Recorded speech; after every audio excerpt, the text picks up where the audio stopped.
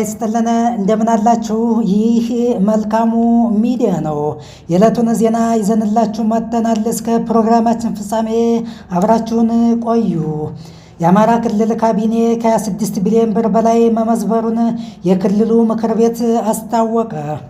እስራኤል ለሶማሌላንድ የሀገርነት እውቅና መስጠቷን ተከትሎ የአረብ ሊግና ኢጋድ በጥብቅ አወገዙ። ግብፅ አሰብን ከኤርትራ የዶራሌ ወደብን ከጅቡቲ ለማልማት በሚል ሰበብ ሚስጥራዊ ስምምነት መፈጸሟ ተሰማ። የጃፓን ትልቁ የኒውክሌር ጣቢያ ወደ ሥራ ሊመለስ ነው። የሱዳን ጦርነት ከመቼውም ጊዜ በላይ አድማሱን እያሰፋ መጥቷል። የማያዳግም እርምጃ የሚያስፈልጋቸው ምግብን ከባዕድ ነገር ጋር የመቀላቀል ወንጀሎች።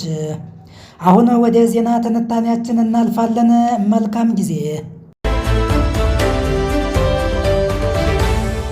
የአማራ ክልል ካቢኔ ከ26 ቢሊዮን ብር በላይ መመዝበሩን፣ የሕዝብ ሀብት የሀገር ሀብት ማባከኑን የክልሉ ምክር ቤት አስታወቀ።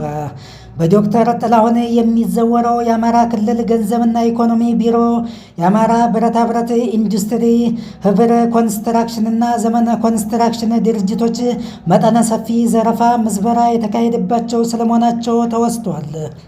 ከሁሉም የባሰ ደግሞ በዶክተር ጥላሁን የሚመራው የክልሉ ገንዘብና ኢኮኖሚ ቢሮ ሁልቆ መሳፍርት የግል ጥቅም ማካበቻ የተደረገበት ነው በማለት የኦዲት ግኝቱን መሰረት በማድረግ ምክር ቤቱ መረጃውን ይፋ አውጥቷል። የአማራ ክልል ገቢዎች ቢሮ ግንባር ቀደሙ የሀገርና የህዝብ ገንዘብ እንደ አውድማ እህል በነሲብ የሚዛቅበት የሚሰፈርበት ጉደኛ መስሪያ ቤት ነው መባልን ስንሰማ በእንቅርት ላይ ጆሮ ደግፍ እንዲሉ ክልሉ በጦርነት እየታመሰ ማለቂያ የለሽ ግጭት ውስጥ መግባቱ አሳር መከራውን እየበላ መሆኑ ሲታሰብ ደግሞ መጥኔ ይስጠው ከማለት ውጭ ሌላ ምን ይባላል? ቀደም ሲልም በሰሜኑ ጦርነት ወቅት የነበሩ ሹማምንት የክልሉ ባለስልጣናትም በርካታ ገንዘብ ዘርፈው መከፋፈላቸው አይዘነጋም። ቀጣዩ መረጃችን ኢጋድ፣ የአረብ ሊግ፣ ቻይና፣ የአፍሪካ ህብረት፣ የባሕረ ሰላጤው ትብብር ምክር ቤት ጂሲሲሲ፣ ክልላዊና ዓለም አቀፍ አካላት እስራኤል የሶማሌላንድን ተገንጣይ ግዛት እውቅና መስጠቷን ውድቅ በማድረግ የሶማሊያን ሉዓላዊነት፣ አንድነት፣ የግዛት ባለቤትነት እንደሚደግፉ አረጋገጡ። ኢጋድ በጽህፈት ቤቱ በኩል ባወጣው መግለጫ በአፍሪካ ቀንድ ውስጥ በቅርቡ የሰማነው ሰበር ዜና ማንኛውም የአንድ ወገን እውቅና ከተባበሩት መንግስታት ቻርተር፣ ከአፍሪካ ህብረት ህገ መንግስታዊ ህግና ከኢጋድ መመስረት ስምምነት ጋር የሚቃረን ነው ብለዋል። ዓለም አቀፍ አጋር ሀገራት ዓለም አቀፍ ህግን እንዲያከብሩ፣ ክልላዊ ቀጠናዊ ሰላምን፣ መረጋጋትን፣ ትብብርን የሚያጠናክሩ ውይይቶችንና ሂደቶችን እንዲደግፉም ጥሪ አቅርበዋል። ቻይናም በበኩሏ በሶማሊያ የቻይና አምባሳደር ዋንግዩና የሶማሊያ የውጭ ጉዳይና ዓለም አቀፍ ትብብር ሚኒስትር አብዱሰላም አብዲ አሊ መካከል በተደረገ ውይይት የሶማሊያን ሉዓላዊነት ታከብራለች የሚል ሀሳብ ሰንዝረዋል።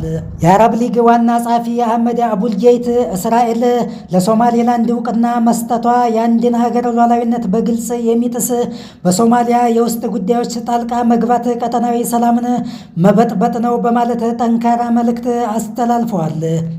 የጂሲሲ ዋና ጸሐፊ ጃሴም አልቡዳይዊ የእስራኤል ድርጊት በአፍሪካ ቀንድ ያለውን የሰላም ጭላንጭል ጨርሶ የሚያጠፋ የማን አለብኝነት ተግባር ነው ብለዋል። በጃፓን ትልቁ የኒውክሌር ኃይል ማመንጫ ጣቢያ ወደ ሥራ ሊመለስ ነው። ጃፓን ውስጥ የዓለም ትልቁ የኒውክሌር ኃይል ማመንጫ የሆነው ካሽዋዛኪ ኪዋራ የኒውክሌር ጣቢያን በድጋሜ ለመክፈትና በከፊል ሥራ ለማስጀመር መዘጋጀቱን አስታውቃለች።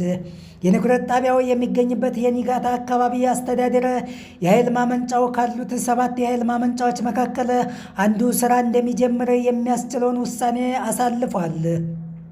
የጃፓን መንግስታዊ የቴሌቪዥን ጣቢያ ኤንኤችኬ እንደዘገበው የኒውክሌር ጣቢያውን የሚያስተዳድረው የቶኬ ኤሌክትሪክ ኃይል ኩባንያ ከጥር ወር አጋማሽ በኋላ የመጀመሪያውን ማብላያ ስራ ያስጀምራል።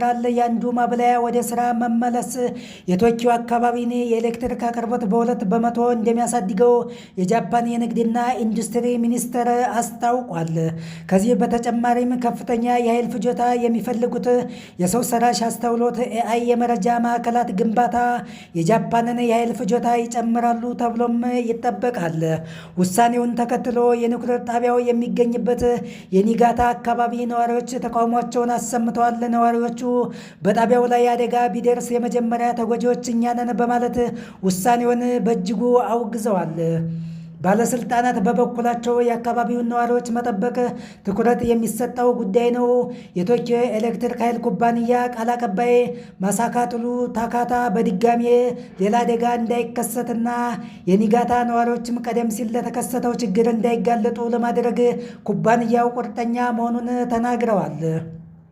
የጣቢያው ወደ ስራ መመለስ አዳዲስ የስራ ዕድሎች እንዲፈጠሩና የኤሌክትሪክ ክፍያ እንዲቀንስ ያደርጋል ቢባልም የአካባቢው ነዋሪዎች ግን የፉኩሺማው አደጋ ያስከተለውን ጠባሳ ፈጽሞ አልዘነጋውም። እርምጃው ጃፓን የኃይል ፍላጎቷን ለማሟላት በድንጋይ ከሰል ላይ ያላትን ጥገኝነት ለመቀነስና በኃይል አቅርቦት ራሷን ለመቻል የምታደርገው ጥረት አካል ነው ተብሏል። ጃፓን ከ14 ዓመታት በፊት ያጋጠማትን ከባድ የመሬት መንቀጥቀጥና ሱናሚ አደጋ ተከትሎ በርካታ የኒውክሌር ኃይል ማመንጫ ጣቢያዎቿን ዘግታ መቆየቷም የሚዘነጋ አይደለም። በወቅቱ ከፉኩሺማ የኒውክሌር ጣቢያ በደረሰው ውድመት ከ164 ሺህ በላይ ሰዎች ሲፈናቀሉ ጥቂት የማይባሉ ሰዎች በጨረሩ ምክንያት የተነሳ ለተለያዩ ጉዳቶች ተዳርገዋል። አንድ ሰው ደግሞ በጨረሩ ምክንያት ሕይወቱ አልፏል። ከኒውክሌር ጣቢያው አፈትልኮ የወጣው አደገኛ የኒውክሌር ጨረር ለካሺዋዛኪ ኪዋራ የኒውክሌር ጣቢያ መዘጋት ምክንያት መሆኑም እንዲሁ በትውስታ ተዘግቧል። የሱዳን ጦርነት ከመቼውም ጊዜ በላይ አድማሱን እያሰፋ ሁኔታውም በእጅጉ እየከፋ መጥቷል። የሱዳን ጦርነት በካርቱምና በዳርፉር በተካሄዱ ደም መፋሰሶች ብቻ ሊቆም አልቻለም። ጦርነቱ አድማሱ ሰፍቶ ወደ ደቡብ ኮርዶፋን ግዛት መግባቱም ተሰምቷል። በዚህ ምክንያትም የተባበሩት መንግስታት ድርጅት በአካባቢው ያሰማራውን የሰላም አስከባሪ ኃይል እንዲወጣ ትዕዛዝ ሰጥቷል። ደቡብ ሱዳንና ሰሜን ሱዳንን የምታዋስነዋ ደቡብ ኮርዶፋን በነዳጅ ክምችት የምትታወቀዋንና ሁለቱን ሀገሮች ወደ ውጊያ የከተተችውን የአብዬ ግዛት አካባቢንም የምታካትት ናት። ደቡብ ሱዳን እንደ አውሮፓውያን አቆጣጠር በ2011 ተገንጥላ ሀገር ስትሆን በአብዬና በሌሎች የደቡብ ኮርዶፋን አካባቢዎች የተነሳው ግጭት ለማስቆም ዓለም አቀፉ ማህበረሰብ ሰላም አስከባሪ ኃይል አሰማርቶ መቆየቱም የሚታወስ ነው። ኢትዮጵያ የአሁኑ የትግራይ ጊዜያዊ አስተዳደር ፕሬዝዳንት በጀኔራል ታደሰ ወረደ የሚመራ 4250 ሰላም አስከባሪ ሰራዊት በአብዬ ግዛት በማሰማራት ለአካባቢው መረጋጋት ትልቅ ሚና ስትጫወት መቆየቷም እንዲሁ በዘገባው ተነግሯል። ይሁን እንጂ ሱዳን ከቅርብ ጊዜ ወዲህ ከግብፅ ጋር በፈጠረችው ወዳጅነት ያላቻ ጋብቻ ከታላቁ የኢትዮጵያ ህዳሴ ግድብን በማስታከክ የምታደርገውን ግፊት አጠንክራ በመቀጠሏ እንዲሁም እንደ አውሮፓውያን አቆጣጠር በ2021 የኢትዮጵያ ጦር እንዲወጣ በመጠየቋ በዚህ የተነሳ ከ2022 ወዲህ የኢትዮጵያ ሰላም አስከባሪ ኃይል ለቆ መውጣቱም ይታወቃል። ይህንንም ተከትሎ ከሌሎች 10 ሀገራት የተውጣጣ ሰራዊት በደቡብ ኮርዶፋን አካባቢዎች ተሰማርቶ ቆይቷል። የተባበሩት መንግስታት ድርጅት የሽግግር ደህንነት ኃይል ለአብዬ ዩናይትድ ኔሽንስ ኢንተርም ሴኪሪቲ ፎርስ ፎር አብዬ ይባል የነበረው የሰላም አስከባሪ እስከ መስከረም 2018 ዓ.ም ድረስ 3607 ወታደሮች፣ 58 ፖሊሶች፣ 110 ባለሙያዎች፣ 117 ስታፎች፣ 281 ሲቪል ሰራተኞች በዛ ቀጠና አሰማርቶ መቆየቱም እንዲሁ ተወስቷል። ይሁን እንጂ ባለፈው ሳምንት የሱዳን ፈጥኖ ደራሽ ኃይል በኮርዶፋን ባደረሰው ከባድ የድሮን ጥቃት የሰላም አስከባሪ ኃይሉ ጉዳት ማስተናገዱም ተነግሯል። በደቡብ ኮርዶፋን ያገረሸው በሱዳን ሰራዊትና በሱዳን ፈጥኖ ደራሽ ኃይል መካከል የሚደረገው ጦርነት እጅግ በጣም እየከፋ መጥቷል።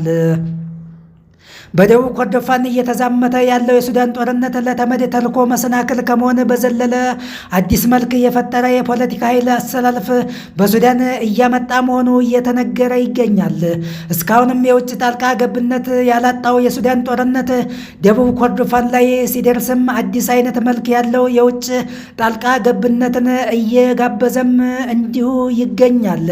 የደቡብ ኮርዶፋን አዲስ ጦርነት በነዳጅ ማውጣት ስራ የተሰማሩ የቻይናና የሌሎች ሀገራት የነዳጅ አምራች ኩባንያዎችን እየጎዳ ሲሆን የደቡብ ሱዳንን ዋና የነዳጅ ገቢም ሊያደርቀው እንደሚችል ተነግሯል።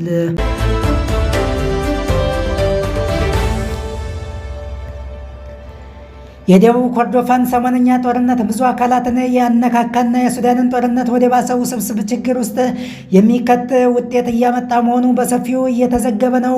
በደቡብ ኮርዶፋን ዋና የነዳጅ ማምረቻ ከተማ ሂጅሊጅ ተሰማርቶ የቆየው የቻይናው ብሔራዊ ፔትሮሊየም ድርጅት ቻይና ናሽናል ፔትሮሊየም ካምፓኒ ሲኤንፒሲ ከአንድ ወር ቀደም ብሎ ለሱዳን መንግስት ለሱዳን ጦር በዛ አካባቢ የሚካሄደውን ኢንቨስትመንት ሊያቆም እንደሚችል አሳውቆ ነበር ሲል የፈረንሳዩ አጃንስ ፍራንስ ፕረስ ዘግቦታል።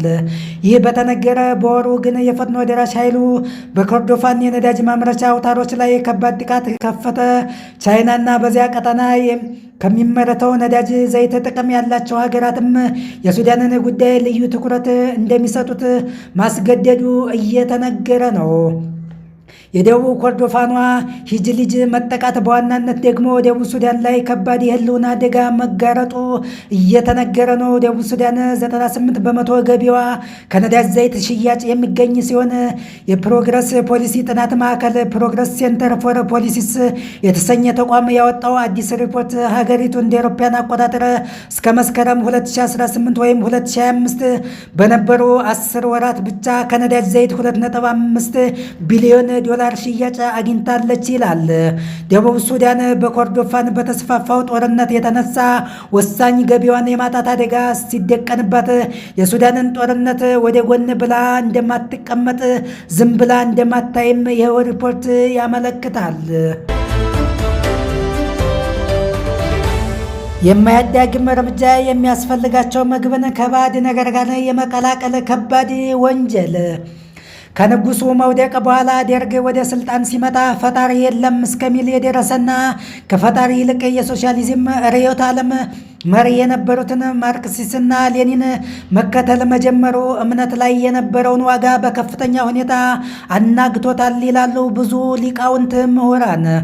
17 ዓመታት በዚህ ሁኔታ የተዘለቀው ከዛ በኋላ ደግሞ ኢህአዴግ ሲመጣና የገበያው መርህ ወደ ነፃ ገበያ ሲቀየር በአንድ ጀንበር ማደግ፣ በአንድ ጀንበር ባለህንፃ ባለፋብሪካ ሆኖ መገኘትን እንጂ ለወገን የሚለው መሸርሸሩ ለወገን የነበረን መተዛዘን፣ መቆርቆር፣ መተሳሰብ እንዳላላውና ዛሬ ላለንበት የመጨካከን ሁኔታ ማድረሱን ያክላሉ። በምንመገበው ምግብ ባዕድ ነገር መጨመሩን፣ ምግብ ትኩስ ሆኖ እንዲቆይ ከምግብ ጋር ሊሄድ የማይችል ኬሚካል ማዕከልን መጨመርን ጨምሮ ለተለያዩ በሽታዎች ሊያጋልጡ የሚችሉ ባዕድ ነገሮች እንደሚታከሉ በመሆኑም ሰዎች ገንዘባቸውን አውጥተው ለጤና ችግር የሚያጋልጣቸውን ምግብ እየሸመቱ መገኘታቸው የአንዳንድ ነጋዴዎችን ጭካኔ የሚያሳይ እንደሆነ ይጠቅሳሉ። መተማመን ጠፍቶ ስነ ምግባር የጎደላቸው የንግድ ማህበረሰብ አባላት በአቋራጭ ለመክበር ሲሉ ጭካኔ ውስጥ እንደገቡ የተናገሩት የኢትዮጵያ ሸማች መብት ተቆርቋሪ ድርጅት ዋና ስራ አስኪያጅ አቶ ቁምላቸው አበበ ሸማች ተጭበረበረ ማለት ኢኮኖሚውና ሀገር ተጭበረበሩ ማለት ነው። እናም ይህንን ጉዳይ በጽኑ እንከታተላለን እንቃወማለንም ብለዋል። ለዚህ የግብይት ስርዓቱ ሕግ የተጠናከረ አለመሆን፣ ጥፋት አጥፊ ፊት ለፊት ለሕዝብ የሚታይበት አሰራር አለመኖር፣ ከፖሊስ ፕሮግራም ውጭ አጥፍቶ የተወሰነባቸው ሰዎች የሚታዩበት መደላድል መድረክ አለመኖር፣ መገናኛ ብዙሃን ጥፋቱን እስከ ችሎት ፍጻሜ ተከታትለው ምን እንደተወሰነ ያለማሳወቅ፣ ቋሚ የሸመታ ፕሮግራም ይዞ የሚሰራ ሚዲያ አለመኖሩም እንደሆነ እንዲሁ ገልጸዋል። በአዲስ አበባ ዩኒቨርሲቲ በተፈጥሮ ሳይንስ ኮሌጅ የምግብና ስነ ምግብ ማዕከል ተባባሪ ፕሮፌሰር አሻግሬ ዘውዱ ምግብ መቀላቀል የምግብ ደህንነትን፣ የምግብ ቅየጣን ወይም ማታለል እንዲሁም የምግብ ጥቃትን ወይም ሽብር እንደሚያካትት ይገልጻሉ።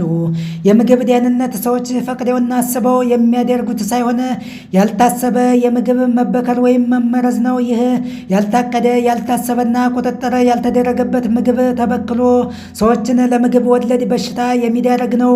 የምግብ መቀላቀል ወይም አዳልትሬሽን ወይም እርሳቸው የምግብ ማታለል የሚሉት ብዙ ከኢኮኖሚ ጋር የተሳሰረና ለትርፍ ተብሎ የሚደረግ መሆኑንም ይናገራሉ። እሳቤው የሰዎችን ጤና ይጎዳል ተብሎ ሳይሆን ትርፍ ከማግኘት ጋር የተሳሰረ ነው።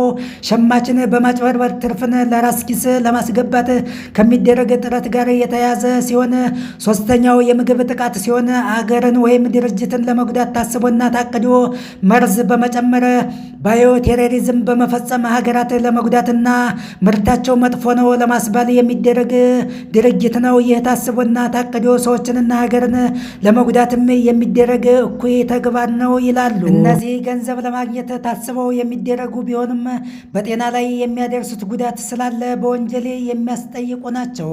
ሰዎች ወደዚህ እንዲገቡ የሚያደርጋቸው ደግሞ የትርፍ ፍላጎታቸውና የቁጥጥር ጥረት ነው። በሌሎች ሀገራት ተቆጣጣሪው አካል እንዳያገኝ አድርገው በቀላሉ ስራ የሚሳተፉ ሳይንቲስቶችም አሉ። ይህ ኮፒ የሚባለው በሳይንቲስቶች ጭምር የሚታገዝ ከፍተኛ ወንጀል የማታለል ተግባር ነው ይላሉ ተባባሪ ፕሮፌሰር አሻግሬ ዘውዱ። ውድ አድማጭ ተመልካቾቻችን ለዛሬ ያዝላችሁ ዓለም አቀፋዊና ሀገራዊ መረጃዎቻችንን እዚህ ላይ እናበቃለን። እናንተም ጊዜ፣ ገንዘብ፣ ጉልበት፣ ልብና ጆሮዊ ሕሊናችሁን ሰጥታችሁን አብራችሁን ስለዘለቃችሁ እጅግ በጣም እናመሰግናለን። ክብረት ይስጥልን። ሌላ ጊዜ በሌላ መረጃ እስከምንገናኝ መልካሙን ሁሉ እንመኝላችኋለን። መልካሙ ሚዲያ ታማኝ የመረጃ ምንጭ